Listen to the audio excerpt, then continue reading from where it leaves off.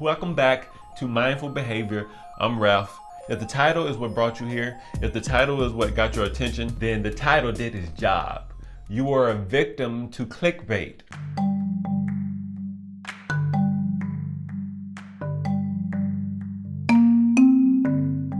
I'm gonna warn you, this video, number one, has not been planned.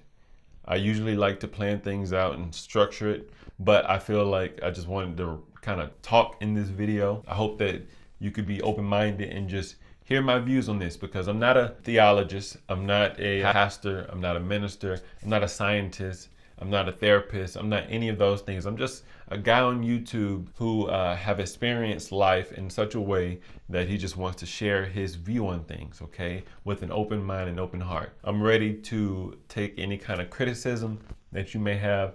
Let's just all be respectful, but this topic may get under your skin a little bit, or may make you ask questions, which is the goal for this video, because my whole channel is directed to get you to ask more questions about existence, about what you're experiencing when it comes to life. If you're already interested, if you're ready to get into the video, just press like because you like it so far, all right? At the end of the video, you may or may not like the video, so it may be good to go ahead and press like now so we won't have to worry about it later. And if you haven't subscribed yet, make sure you hit the subscribe button. And if you are a subscriber, hit the notification bell so my videos can be on the top front of your page so you can see my videos when I post them. There's so much content on YouTube that you can get lost in the sauce. And I just want to remind you that this is good content. And if you find it to be good content for you and good for your growth, then go ahead and subscribe to the channel. All right. Now, when I say your pastor lied to you, I wonder what kind of questions come up in your brain. I wonder what kind of judgments you already have, meaning what kind of beliefs that you believe are to be true. Like, you're not just leaving them open-minded beliefs. You are believing something and then you are deciding that what you believe is true. It's a judgment. Judgments can be helpful to prejudge things because it could prevent you from doing things you may not want to do. So if you prejudge all the time, you are bound to be right at some point. The problem is a lot of people don't know how to balance those things, don't know how to see when they're judging and being unfair to someone and not give them an opportunity to change their minds or see a clearer understanding of what they may have perceived. If you perceive this video to be negative, don't change anything, don't do anything, don't leave the video. But if you want to leave the video, I understand, but come back later, I'm serious. If it brings up emotions and make you feel uneasy about watching this video or exposing your awareness to a video like this, notice those things. Don't do anything. Just notice how you feel. Do you feel guilty for watching a video that is called Your Pastor Lied to You? Do you feel frustrated because I'm not getting to the point? But just notice all of the feelings you're feeling based on what I just said and what this video is about. Just notice them and realize that you do not have to feel any of those emotions or feelings. Whether you feel those emotions or not, you are still watching the video. The thing that is only true in reality is the thing that is happening. That's what you're aware of. Now, when you start to get into what is the you or what is a video, all of that stuff, you'll go into a deeper analytical thinking and go past the point. Just hear me out with the point I'm trying to make. Now, let's get on the word lie. Like lie. What is a lie? When you say something that is not true, but do you have to consciously be aware that you're saying something that's not true? Or does it matter if you are conscious of it or not? It's still a lie. I mean, I know the Bible says that thou shalt not bear false witness. And I can understand that. I can get that. But what does that mean? And then if you asking a person what that means, then they're only going to give you a perspective of what it means, not of what it actually means. They're going to give you what they've experienced, what they feel it to mean, what they've decided it to mean. and we go from there, right? So what is a lie? I mean, is anything and everything you say that is not true, is it just a lie? We're just gonna cut it like that? Because if that's the case, then what about jokes? What about actors who portray other characters? So are they sinfully lying? Or do you have to be deceitful in order for it to be a lie? I've always asked myself this question at a young age because I wanted to be an actor when I was young, and I was very into Christianity, so I wanted to make sure I was pleasing God in everything that I did. And I started to ask myself a question. If lying is a sin, then being an actor is a sin, or the act of acting is a sin. But no one agrees on that. So is it a sin? And is a sin something that we agree on? And then, you have people who are not in the reality of things. They are more so getting answers from non-existence. Because from my experience, you can get all answers from everything that exists. You can be present in the present moment and get the answers that you need about existence and about life, and pretty much answers about anything that pertains to life. You can get the answers in reality. So there isn't really a need for a thinking of a spiritual world other than to not be able to get it in the present world, where you're living in your thoughts and in your minds, and you're using your thoughts as your gods. And whether your thoughts end up being true or not, you're still not basing your understanding in knowing. You're basing it in beliefs. A lie. What is a lie? When I say your pastor lied, what does that even mean? The understanding that I'm trying to give out, your Christian beliefs, if you're a Christian, or if you're really any religion, but I have to speak directly to Christians right now because that's my background. So my niche is to talk to Christians, to talk about Christianity, and kind of infuse it into what I know. Your Christian beliefs, your Christian views are skewed from my present understanding, because as we grow, we gain understanding. Christians have a blueprint, but they understand it in such a way, because of their level of awareness, they perceive the truth through beliefs. They don't perceive the truth because everything is a perception. And at the end of the day, it's only going to be a perception. But what are you perceiving something from? Or what lens are you perceiving it? Are you perceiving it with an open mind, open heart? Or are you perceiving it through dogma based on a life that you lived? Christians perceive the truth through a belief system of a separation between themselves and something greater. That belief taints the truth for us. It's a very touchy topic because there are millions, probably billions of Christians. I don't know for sure. I haven't done my research. But there are a lot of Christians out there, so I don't want to offend anybody. This video isn't to offend. I am of you. I come from you, and I had your understanding, and I have now a current understanding, and I want to share my understanding with you. So whatever thoughts come to your mind, slow down, hear me out as if I am your child who's trying to explain something to you, and you're listening and you can't quite understand. You're not there to judge. You're not there to decide what I mean when I use certain words. It's not for you to do anything like that. It's for you really to comment below and ask a question. If you don't understand what I'm talking about, comment a question down below. Comment 2 questions. Comment 3, 4, 5 questions, because there are a lot of questions in here for people who are Christians. So please take this video, study it, understanding what I'm talking about, because I may come off sounding crazy. I don't know, because I'm coming from the perspective of giving out this information. You're receiving this information, so I don't know how you're receiving it. I don't know how you're perceiving it.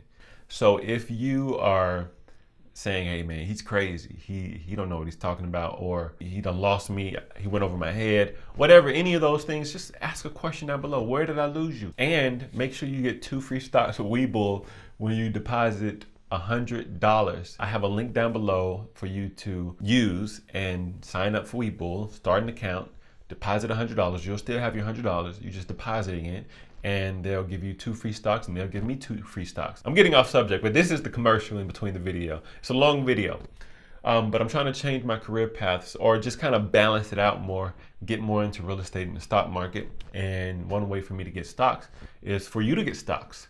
And if we all get stocks together, we can start to generate other sources of income. And this is what I'm doing. That's another reason why I'm making this video, and that's another video all by itself.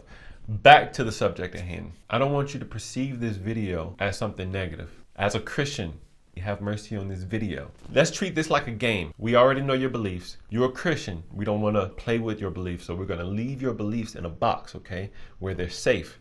We're going to lock them up, and nobody can touch those beliefs. They're safe, and keep them right there right there next to your heart, those beliefs, okay?